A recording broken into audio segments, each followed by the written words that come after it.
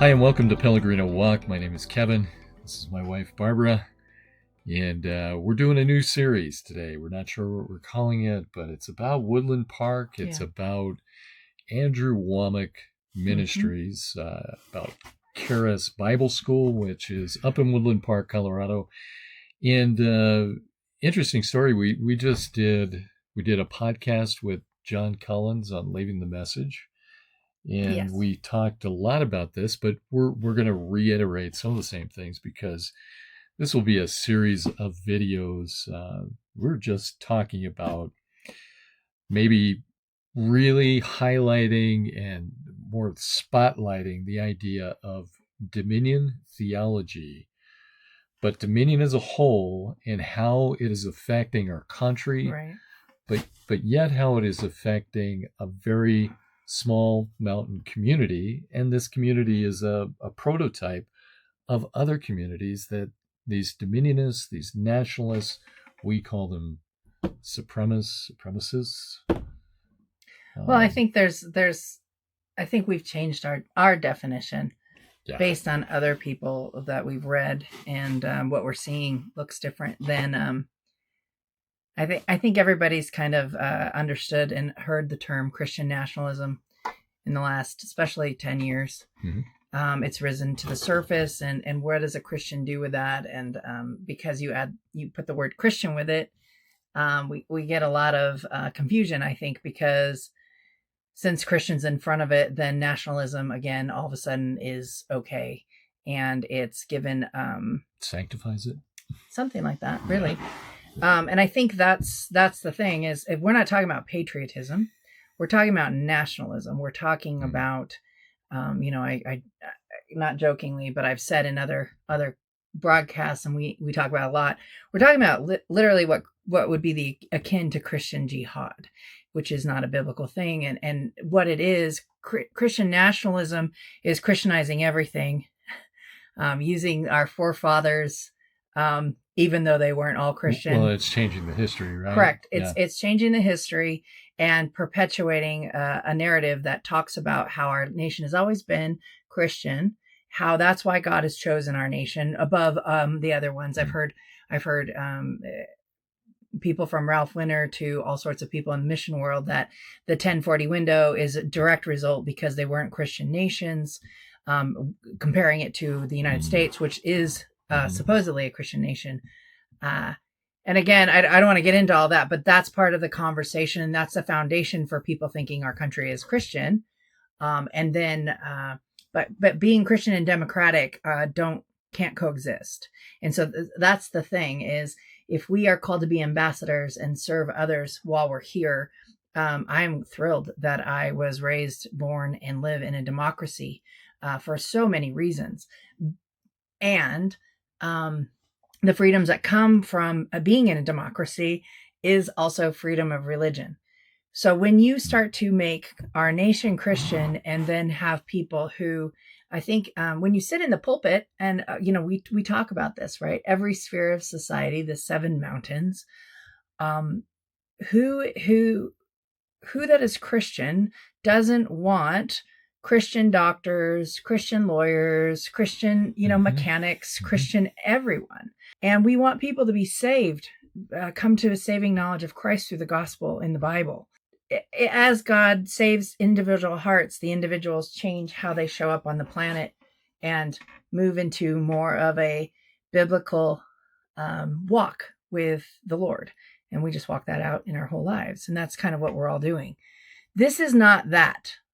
And that's where the confusion is. Well, this is what would be akin to Christian empire. Correct. And so as we're discussing Woodland Park and we're discussing Andrew Wommack, I think it's World Ministries or Andrew Wommack Bible Ministry. It's probably got the word international in there. As we discuss Andrew Wommack as a whole, we're talking about the extreme of the extreme nationalists. We're talking about Lance Wallnau, who frequents with Andrew Wommack at his conferences. So what has happened is Barb has grown up in this community in Woodland Park, Colorado. What a coincidence, huh? What a coincidence. Maybe. Yeah, no, I don't think in so. coincidences I don't think so, but we talk about that sometimes. But born in this community where Andrew Wommack has moved in, and of course, for those of you who don't know who he is, Andrew Wommack is a Word of Faith teacher. He also houses in the complex there the Truth and Liberty Coalition, right, which is an extreme nationalist agenda wanting to change the political landscape in America. But the thing is, they're doing it in this small town. And so every time we end up visiting this little town in Colorado and seeing the people that you have seen and grown up with, having conversations, you've had so many conversations with friends and colleagues and people that business you've gone owners. to school with, right? Business owners that come up to you and say, well, you're a Christian. Right. You work in they're ministry. saying they're Christians, but you seem to be saying something different. And they're saying, so how does this all work out? Well, and so I was wondering, like, I know we did this on John Collins, but can you tell everybody, what was it like? What was Woodland Park like before Andrew Wommack got there? What was it like growing up before any of this agenda got forced upon it? Yeah, that's a great question. It's about 40 minutes up the pass, we call it, from Colorado Springs, up on the foothills of Pikes Peak. It's a town about, thank you, 8465 elevation. My coffee cup is dirty, and I didn't want to hold it up. Looks here. nice. It looks like there's dribbles. Anywhere from you can't see them. I'm gonna hide it. Right. Anywhere from 8465 elevation. All the way up to 9,300 or something. So it's a lot. It's a lot of snow. When we were kids, there was 3 days around 4th of July where it would be warm enough that we would lay on those silver mats and douse ourselves in baby oil. Remember that before skin cancer was a thing? And we would shiver. You get burnt once we would that's real. We would shiver in our goosebumps in the 70-degree temperature because we were so excited that it was finally warm. Those days are gone. It's a lot warmer up there now. Whatever. You can talk about why it's warmer. I'm not going to get into that. But this is a town where when I was a kid, there was probably about 3,000 people. A lot of them are generational families, ranchers, people who have been there for years. And it was one of those things we always joke that everybody knew your business before you knew it. We would toilet paper people's houses. We would do all the things you do. You would do that? Do that? Yeah, we had a competition with a baseball team. We were on the volleyball team and softball team. There was all these things. So, and it was just good, clean fun. It wasn't vandalism, whatever. But everybody knew everybody. When we were first there, there was a Wendy's, and Wendy's came, I think, when I was in 7th grade, but there was a Pizza Hut. So we always did everything, cast parties, baseball banquets, volleyball celebrations, student of the month celebrations. Everything was at Pizza Hut. Pizza Hut is no longer with us. It's so sad. I can still remember the phone number to Pizza Hut. That's how scary that is. But so it was that kind of community. Everybody kind of knew anybody. There was like 14 churches, 14 denominations that were Christian. We also had the Mormons and the Jehovah's Witnesses, Catholics. But we would go to different church services. You would go to different youth groups every night of the week. So one night we'd be at the Lutheran, which was me. One night we'd be at the Methodist. We'd go to the Presbyterian. We'd go to the non-denominational. Everybody just kind of hung out. Well, that's because you had a good pastor too. Well, I did, yeah. And everybody, yeah. He spent time with me, but everybody's pastors. The community was small. You saw your pastor at the bank because there were 2 banks. There was one grocery store at the time. Now there's several, and it's changed. But that was the thing. Like if there was a van driving around town. And, when kids were getting kidnapped in vans, I think that was just a common theme of the women in my town. It might have happened once in some other town, but it was always you're going to get thrown back in the van. I heard that in the back of a van so many times to pay attention. But it was the kind of place that if there was a new car driving around, everybody knew it. And this is before cell phones. So it was just stay-at-home moms that were like vigilant and awesome. And, if the lady down the street told you to put your hat on, and it wasn't your mom, you treated her like she was your mom because she was going to tell your mom if you didn't put your hat on. So this is the kind of town we were in. Like, so you remember, so we've been talking about this for a couple of years now, because every time we would, and this was far before we started our channel here, but we would head back to Woodland Park and we would hear these stories about what was happening in Woodland Park. And we've even talked about, like, at that time doing some sort of documentary. We were asked. So that we could actually show the effects, because you hear of nationalism on obviously a national scale, right? Right. But you don't necessarily see the effects of it nationally. Right. You might see it on CNN or Fox News or one of these outlets. But the point is, in Woodland Park, as we head back there, we would see changes every time, or talk to the people that were affected by this extreme. Well, and that was, I think, what it indicated. That was the thing. That was the biggest indicator, because this is Colorado Springs became a hotbed of ministries when I was probably starting in 13, 14 years old. Mm-hmm. And then they just all moved up and down the Front Range. And there was a lot of pushback from the local people, even in the Colorado Springs area, because some of the organizations and ministries came in really badly. I say that they came in like bad missionaries from the United States in other countries. And so there was there was always a little skirmish between the local Christian expression and the new world mission expressions. So we're talking about some of the bigger. We're talking about Focus on the Family. That was the biggest one, because they built their property in the middle of where there was no development at the time, and there was hundreds and hundreds head of elk herd that would migrate through there. It was across from just up from the United States Air Force Academy. And so they would go through and then go on to the Air Force Academy. It was a whole thing, and then come up over the ridge into Woodland Park, because we were on the backside. So they refused to move. It was a whole thing. People were trying to get them just to shift their building site. They did not, which actually turned into a very heated public bumper sticker campaign that I can't repeat what the bumper sticker says now, because it wasn't very friendly. I don't remember. Yeah. And to that point, though, I think there was a little bit of a friction with people coming to the town to utilize the resources. And I really prayed about it. I want to go to a place and contribute to it, not consume it. And I think a lot of people came in and still are coming into Colorado and other places. And it's all about what can I get from this place? Not what can I pay back? Mm. So I had started hearing about Charis.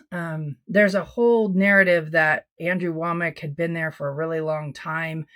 I think he was in Florissant, living there, right? No. Well, he is now, which is another even tinier community up the road, farther up the mountain. But I've read reports that he was doing ministry in Woodland Park for way longer than people knew he was there. And then I read something that he was in the Springs and moved. So I don't really know what's true, but I do know that the property he's on now used to be owned by a big factory company called Sturman. Yeah. And before that, a rancher owned it, and we knew that family for a long time. So, I'm not entirely sure what his narrative is about how long he's been in Woodland, but since he moved Charis Bible College up there and started to develop it, and I can't even tell you when that's been. It could be 15 years ago, maybe. Okay. It's you have to drive through the town, and then it's on the outside of the town, not on the Colorado Springs side. So even on the less populated side, as you go higher up. I think at first everybody seemed very excited because it's a Christian person. I think he has a program, because I remember somebody sent it to me and said, "Oh, you got to watch this guy. He's in Woodland Park now. What do you think?" And I watched one of his broadcasts, and he was in a really fancy lodge room with Pikes Peak. So it was a little much for me, but I was like, okay, like I didn't hear anything that didn't sound unbiblical in that 20 minutes I listened. I was like, I don't know. I guess he's from Oklahoma or somewhere originally. I'm not even sure if that's true, but that's what somebody told me from my town. So who knows? And then a lot of people just started coming in. And so the thing about the town was, when I was a kid, there was probably about 3,500 people there. And then it kind of was really growing. And a lot of people had shifted in from California and wanting to change it into like a ski town, which it's not. We're about, an hour from Breckenridge. The demographic of the town has always been like the people that have been there forever. And I think in small towns, you always have this, like there's people that want it to change and there's people that don't. And its proximity to Colorado Springs was always very important, because you could just pop down the mountain and literally 30 minutes later, you're on the edge of Colorado Springs, 35 minutes. So it was kind of trying to be a bedroom community, but the pass it's the elevation that you gain is a lot in a very quick period of time. So it didn't ever really blow up into the bedroom community that people thought it would, because that, the snowstorms, and there were quite a bit of that. So not everybody liked that. But in the town, it had, we got a McDonald's when I was like a junior in high school. And then it started to just change, and people were talking about making it more of a destination rather than a drive-through on the way to Breckenridge, is basically what it was. And so different people were being attracted. But it never became that, right? No, because even though I love it, it's beautiful. I think it's an amazing place.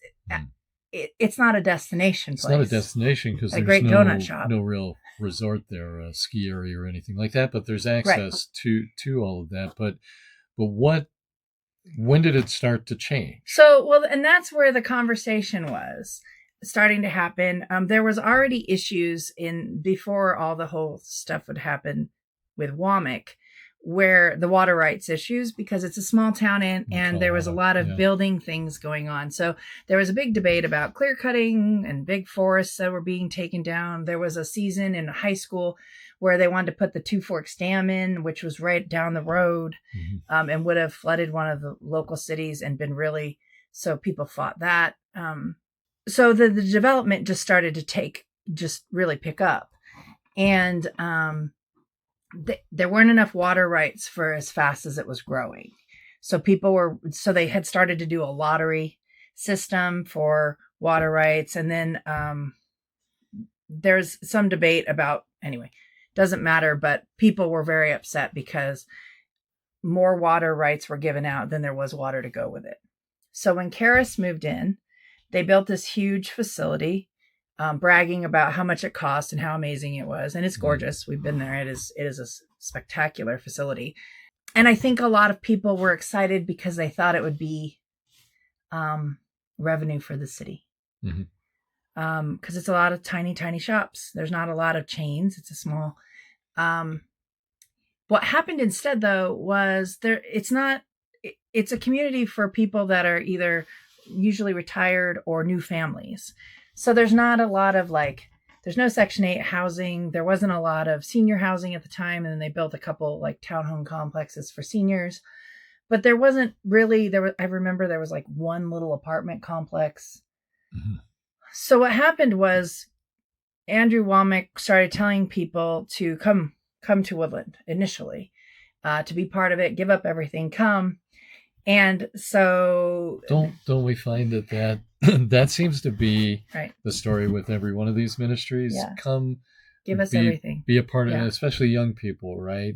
Because you can. They can come and give everything. So So again, I don't know, and I have not lived there, but I still have a lot of family members and really dear friends that have lived there forever, and friends that are teachers and was the CEO of the school board, and ranchers, and we have friends that are running children's camp since 1946. They've been there forever.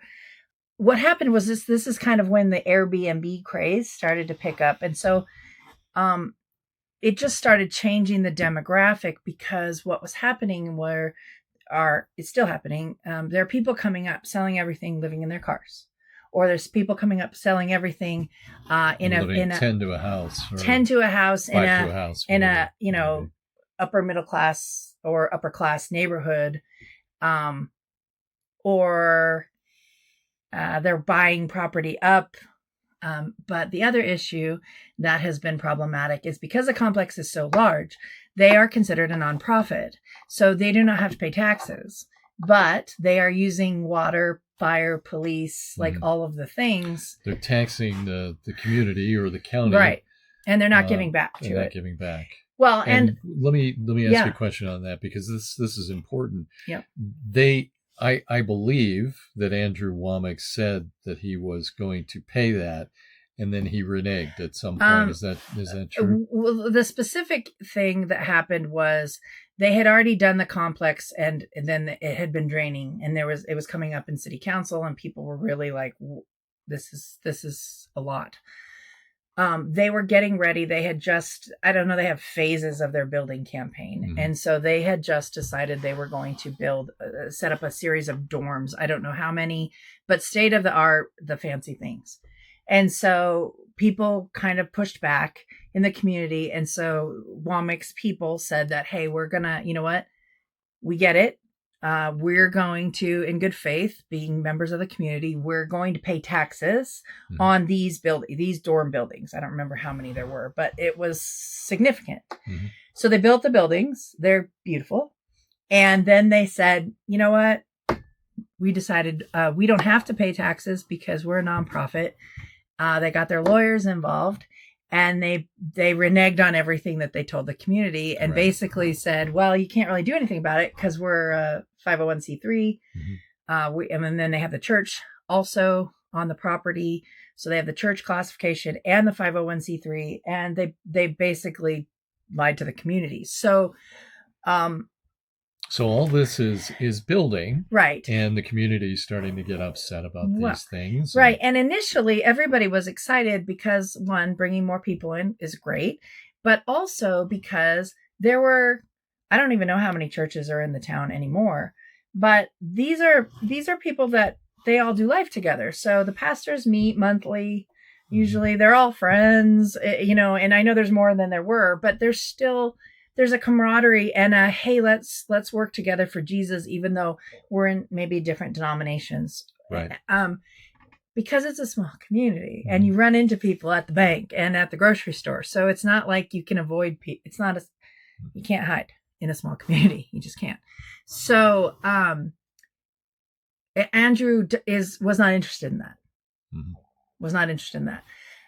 Not only that, he doesn't endorse any of the churches in town except for two, and they're both Word of Faith churches. Both Word of Faith churches. Right.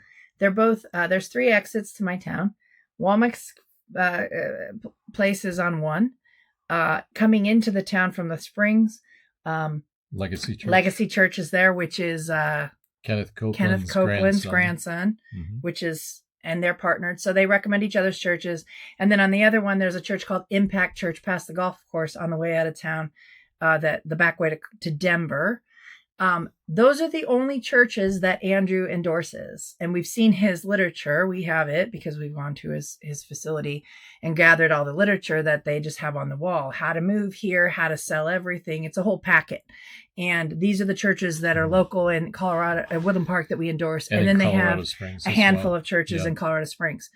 But talking to pastors in Woodland Park, they are very, and on the outskirts, because there's a lot of tiny towns, right. They're all kind of perplexed initially, like, why is he not partnering? And the other thing that I think rose to the surface very quickly that I was asking about is, why is he not evangelizing the town? Like, I don't mean evangelization. I mean, there are people in the town that don't know Jesus. Why is he not preaching the gospel to the people? Now, in fairness to the Wommack, side, I have been at the Starbucks with my Bible open. There's Starbucks now. We're so high fancy. There the other day. I was there. Yeah. Well, the other week, whatever it was. Yeah. And I have had a number of people come up to me that are part of Brother Wommack's, thing, and lovely people talking about Jesus. We talk about the Bible, and talk. They tell me their story about how God called them to my town. So I take that opportunity usually to welcome them and to tell them that I really hope that they choose to preach the gospel and not just come over to people that already have a Bible. Right. But that's the concern. So increasingly, Wommack has been very vocal, and he's been writing articles. And why don't we want to take a quick second and talk about that? And, Okay. And once again, we did this on John Cullen's show. So if you've watched that, then this will be a repeat. But this is an article right here that's a great example. Right. And Barb, we went into this about Andrew Wommack pretty much taking over the town. I mean, that was he's telling people to take it over. It's not even just that he's doing it like silently. He's actually telling people to come be part of Andrew's army, he's calling it, and to take over the town for Jesus. Now, as a Christian, that at first glance sounds really great, except for how he's talking about it is the whole point of why we're talking about dominion and nationalism and Christian supremacy, because these things are not biblical concepts. Mm-hmm. And you can use Christian language all you want, but it's not in the Bible to force people to accept Jesus Christ or to bait and switch them to act like you're on the same team, to lie. If you start out the conversation with a lie, you have already aligned yourself with the father of lies. So, and you're saying that this is not Jesus, and this is a good example right here in this article. Mm-hmm.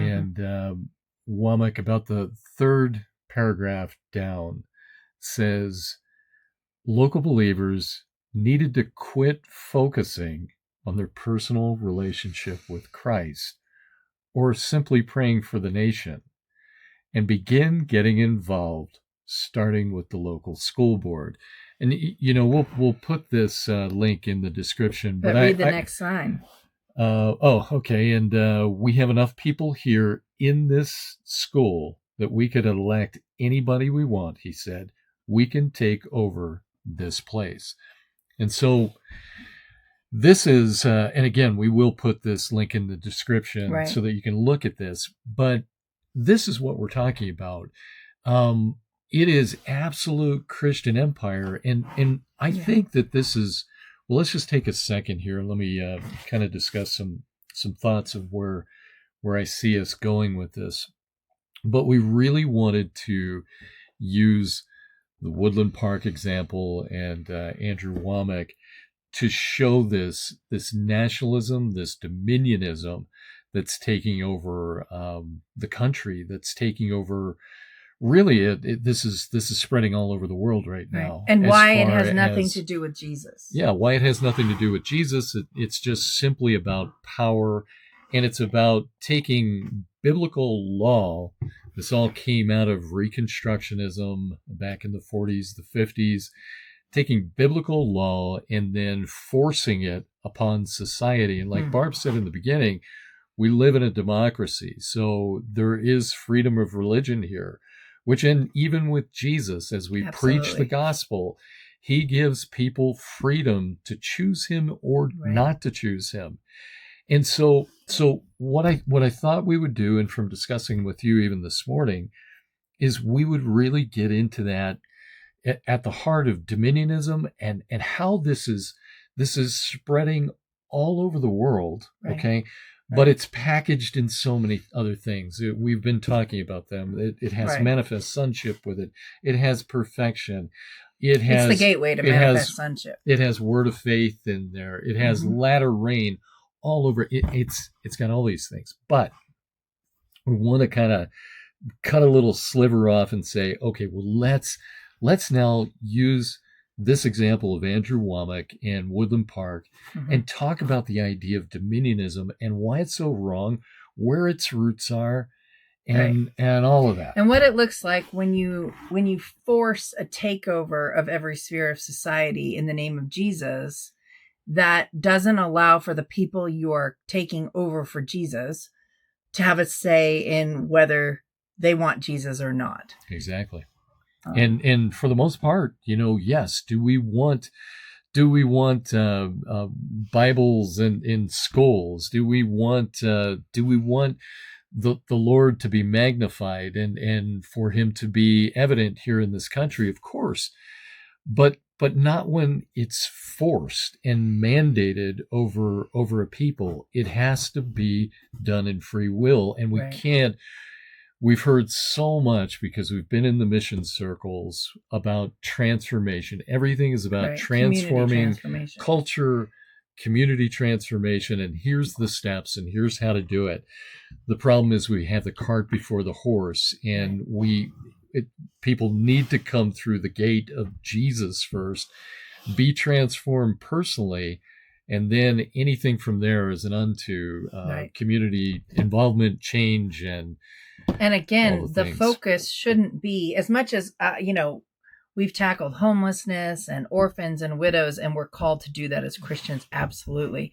But if our motivation is to use those people as stepping stones to force an agenda of Christianity, that is, best case scenario, disingenuous, which is lying by omission, which is not Christ.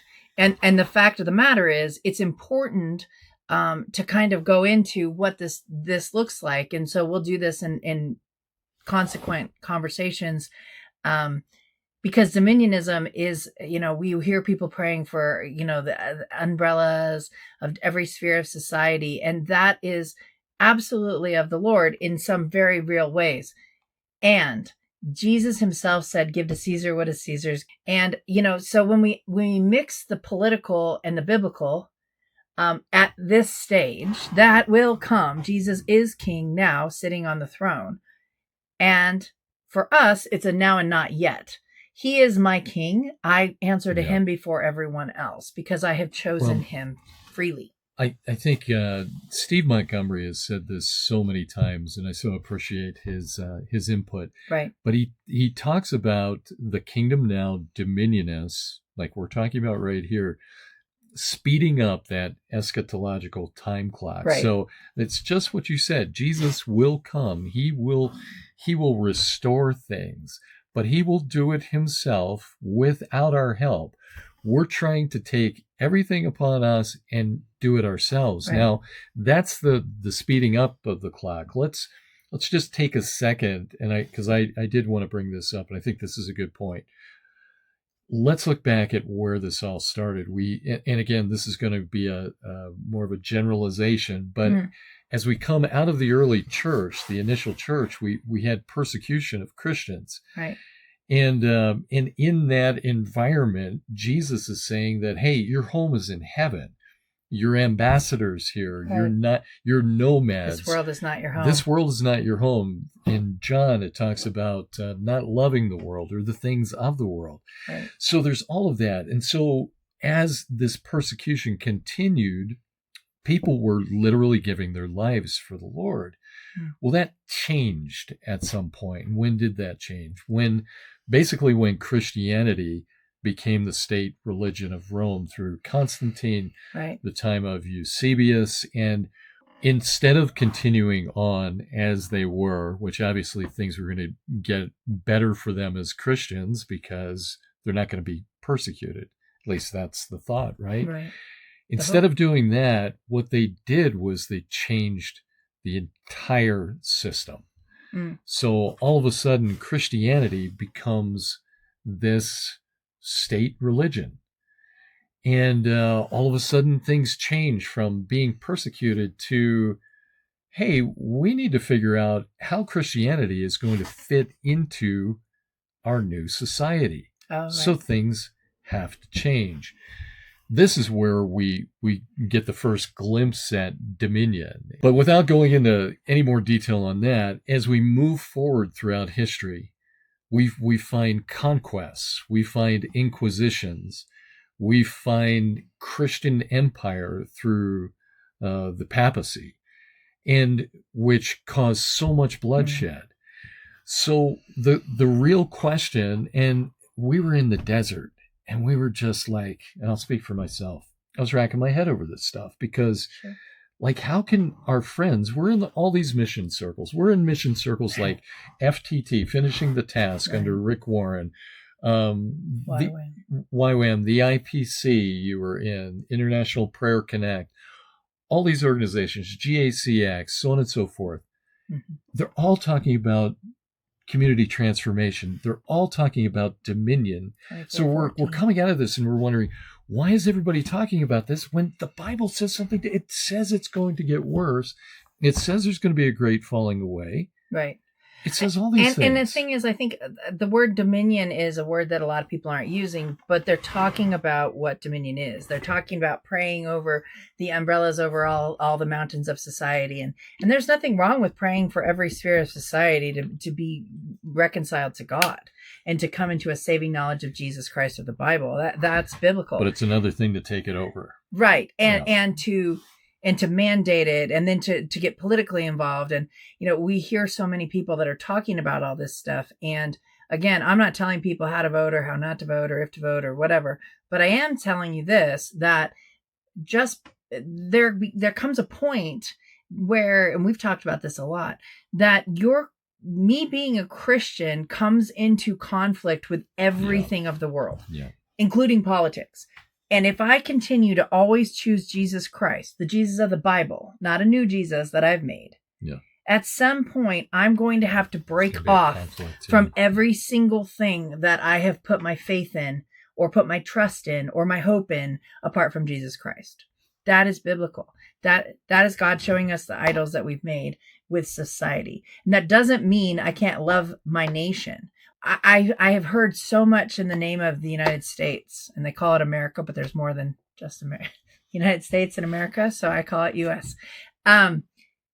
But with regard to the U.S., because we're so Christian, and because our founding fathers were Christian, that we deserve better things and more things, and some people take it as far that we replace Israel. That's a whole other conversation. If we're being made in the likeness of Christ and we're trying to grow in holiness that only God can do in us, then there's a time. Why are we messing with the political? Why are we trying to dominate society? Why are we trying to do anything like this?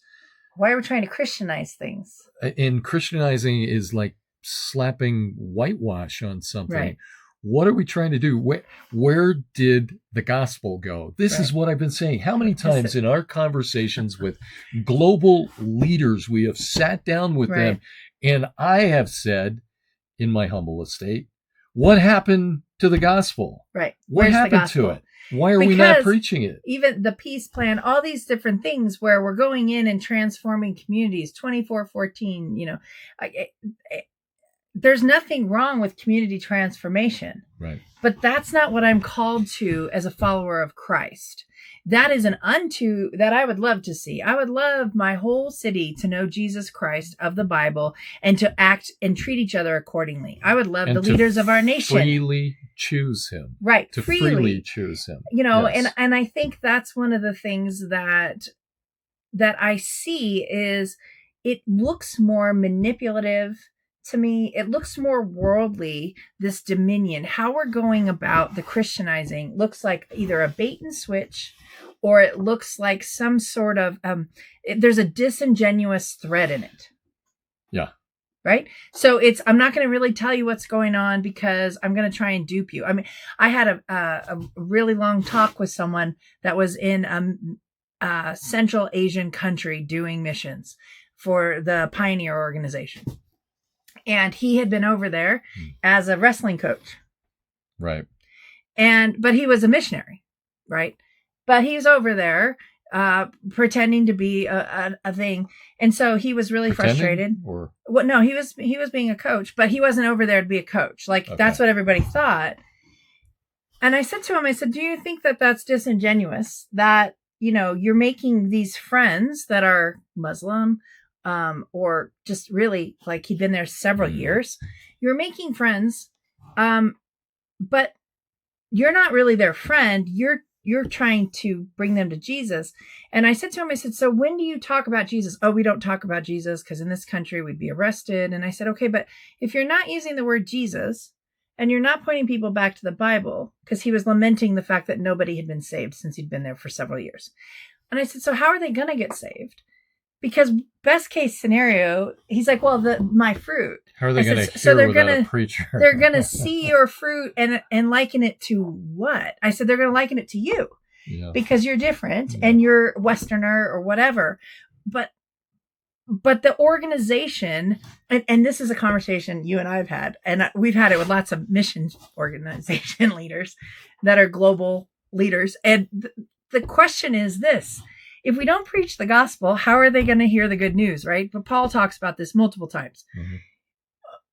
But if we're going into a country and we're too scared to stay there if it gets dangerous, or we're too scared to preach the gospel because we might go to jail, or worse, then what? So, or we're going to flee the country every time it's a safety issue. Now, again, biblically, sometimes Paul fled, but other times Paul knew what he was going into and he went anyway. And it's not always flee. That's not always the right answer. And if I love Jesus more than I love myself, right, and I lay down my life and I pick up my cross daily, there's just some things that we do to self-protect or to push an agenda that, community transformation in and of itself.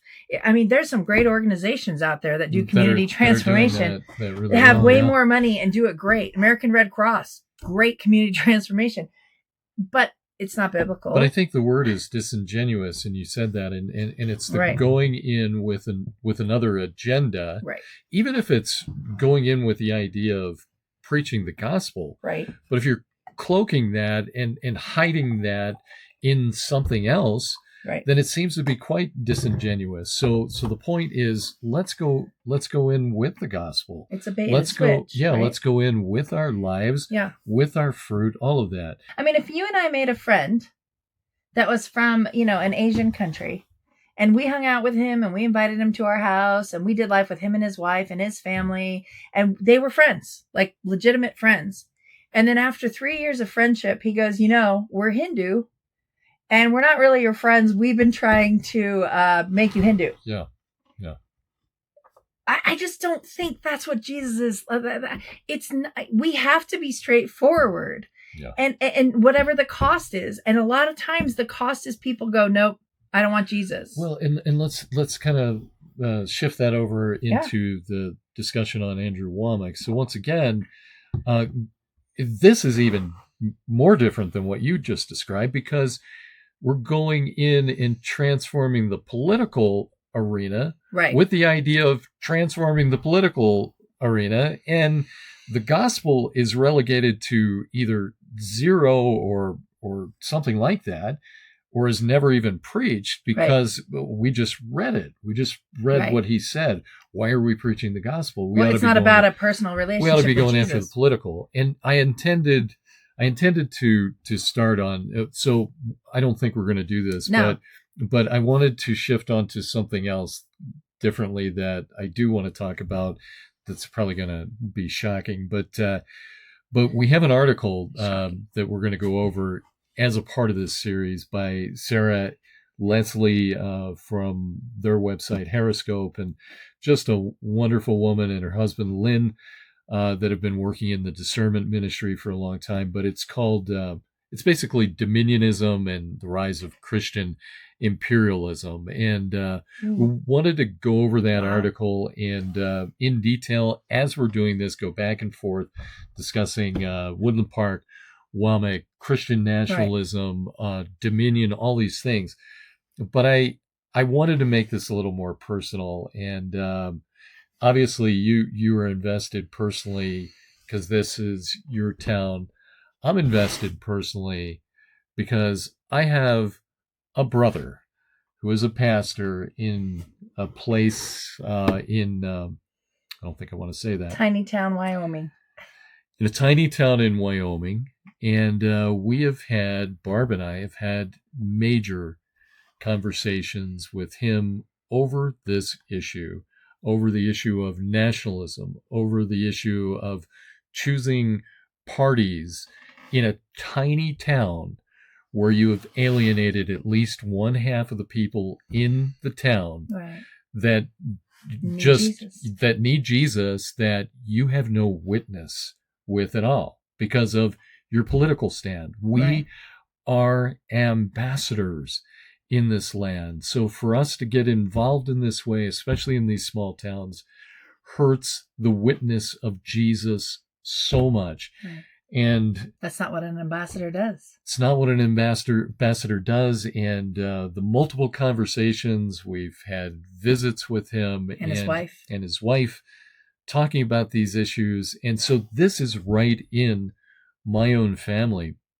And I frankly don't even know what to say anymore, right, because his mind is made up. Well, and it's in my own family and my own town family, because people are looking at that and going, hey, if this is Jesus, we don't want him. If this is the Bible, we're done. Well, I think it's Thessalonians says the way of truth will be maligned. Right. And that's what it is. So again, that's talking more of an end time scenario. But again, the way of truth is maligned by false teaching. Right. And we would consider Dominionism and nationalism to either be false or to be an add-on to the Bible, which is an extreme add-on, right, in my opinion. You're alienating people who are trying to follow the Bible. And you're also alienating people who are trying to find Jesus. Who don't know Jesus. Who are dying without hope. Yeah, in a really dark world. And I can't understand that in these days, except for the fact that the enemy is prowling tremendously these days. But I can't understand why we've diminished the gospel and why it's no longer about the gospel. Because that's why Jesus came. That's why Jesus came. Right. And he wants my heart. We talk about this all the time. I say this to you all the time. He doesn't need my ministry. He wants my heart. That's the thing, right? It's free will. So yeah, I had the hiccups. So I keep bouncing. I was trying to get through it. I don't remember what I was saying. Yeah, we're talking about preaching the gospel. But and I think that the gospel, because Jesus wants me and my heart, he it's free will. Freely come, freely choose. And so that's the one thing that he desperately wants, that he's not going to take. And so he doesn't need me to save anybody. I've never saved anyone. He doesn't need it's not my miracles. It's not my healings. It's all the things. But what I'm saying, though, stay with me here. I know my hiccups are distracting. But what I'm saying is the fact that he looks at the individual heart. He wants us to walk with him. And yes, when our hearts are changed and transformed by the saving knowledge of Jesus, by making him the Lord and Savior of our life, the Holy Spirit takes residence and it will change our fruit. So yes, I will care more about the orphans and the prisoners and the oppressed and the widows, because God cares about them. But to care about them before I know God, best case scenario, it's a fleshly endeavor, which always ends badly. I mean, my whole life is just littered with fleshly endeavors. You can just check out my story. But that's the thing is anything that's getting in the way of people seeing Jesus through me, whether it's my political party affiliation, whether it's my football team, it doesn't matter. And people joke and go, "Oh, Barb, you're so dramatic." But really, I want to be someone that anybody can come up to and talk to, and there's not something hindering it because I've chosen it, because I have a preference that isn't necessarily at all biblical. It might not be unbiblical either, but it might be a stumbler for the people around me. I mean, it's like you were talking about this 2 days ago about, Paul not even eating meat, and there's things that we do that we might think are neutral, and they are maybe in light of scripture, but they're not neutral to the guy that's across the table. Yeah, exactly. And he's going, wait, hang on, my background is Muslim. So yeah, what you're doing right now when you have a glass of wine is offensive to me and it's going to stumble me. Or when what you're doing right now, when you whatever it is, dress a certain way, whatever. I think that's it. If we're really, instead of it's you do you, and it's not, I can do whatever I want. It really is about Jesus. And so if there's anything in my hands that God needs to remove. Yeah. And I think, and probably closing out, but getting back to Andrew Wommack, I think that's a good way to close, because there's so much in the way of nationalism and political affiliation that's in the way of people actually seeing Jesus. Right. And the fact that Right. Jesus is diminished down to nothing, at least Right. the entry into Jesus is diminished down to nothing with this movement. You've got all of that, plus you've got completely heretical word of faith. All of this combined and housed in one place in Woodland Park. And so we go back and people are like, well, it seems like a cult. And we would agree with that. I think we would agree that that's just like IHOP, which we've come out of, which has cultish tendencies. And these are the things. Yeah. These are it walks like a duck and it talks like a duck. These are the things that people are talking to us about. So as we move along, I think we want to have discussions about Dominion, about nationalism, and we want to interview people in the town itself to give you an idea of how the people actually feel. Right. Because I think this is an important topic for our time. Yeah, and it's not just happening in Woodland Park. This is a prototype city. They have like 11 cities across Colorado, according to an article we read. And according to some conversations we've just with had, this organization too. Just with this one. But if you talk to the people in Redding, California, about Bethel that are trying to live there, even Christians, they have similar stories of what's going on there. Mm-hmm. And so I think as a Christian, I would have been like, well, they're just, it's persecution. They're responding to the gospel and they're offended. And of course we're going to be persecuted. But what if it's not persecution because of Jesus? What if it's persecution because we have taken a big stick and we're trying to like force people to do stuff in the name of Jesus, but it has nothing to do with Jesus? And calling it persecution. Correct. Yeah. Correct. Yeah, and I think we do that. I think Nick Ripken talks about that in his book, and talks about the fact that he doesn't want to be in trouble, the insanity of God and the insanity of obedience. Okay. So in Nick Ripken's book, The Insanity of God, he talks about when he worked in Somalia during the Civil War, and that idea that there's a difference between being persecuted because you're bringing the gospel or being persecuted because you're a bad witness. And people are responding to you being a bad witness. And folks, we that's it. We see that everywhere. Right. And people going around not worried at all, decreeing, declaring, calling down fire, all these things, not worrying about their witness whatsoever, but you've lost your witness for Jesus, but they don't seem to care about it. Right. And then furthermore say, okay, I'm being persecuted. Right. They have a persecution complex. Well, and if you've been to any third world developing nation country, that's just, I can't even go there because I get so angry. But when people were talking about during COVID being persecuted, and again, this isn't a thing about, I'm not, whatever, don't get distracted by the conversation. But what I am saying is, persecution is because you have gone in somewhere and you are preaching the gospel and people are shutting that down. That's persecution. It's not, I say I love Jesus and people hurt me. It's preaching the gospel. One of the greatest examples that you just shared about COVID, and I remember going through that. I was involved in disciple making movements at the time.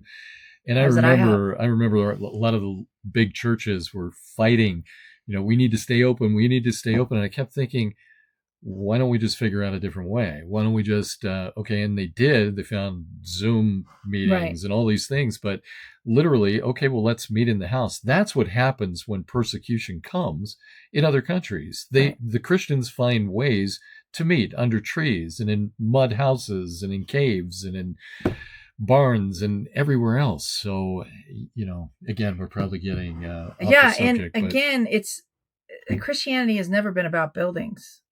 Right. Americans tend to make it that way, and Westerners specifically. We're going a lot of places. We sure are. But anyway, we probably should wrap this up. Let's wrap it up, but let's wrap it up in context of kind of the Andrew Wommack conversation and getting it all back to that. I think that's what we're looking at. We're looking at some folks that that are doing some things in the name of Jesus and then still saying, well, the county's pushing back on us, the town's pushing back on us. That's persecution. Simply put, it's not persecution. It's response to a bad witness. Yeah, this is a terrible witness. This is a cult, and we want to call it a cult. We'll come back to Woodland Park and different places to show in detail what happens when Dominionism, in the name of Jesus, but not like Jesus, tries to take over the schools or going through the different spheres of society, because that has very real ramifications for the people in the town. And most importantly, it has ramifications for whether people will receive Jesus Christ of the Bible and the gospel, or whether it will harden their hearts because they think this is what Christianity is. Well, I think what we'll do the next episode is we'll start out with the myth of the Dominion Mandate, which it is absolutely a myth. With that, I think we can sign off. You lost your hiccups. I know. I wore my red shirt today. How do you like it? It looks really nice under your black hoodie that you wear all the time. All right. Well, anyway, thank you, folks, for joining us today. And as we kind of went on a little tirade there. We do this. It's really true. God bless you. We'll see you next time.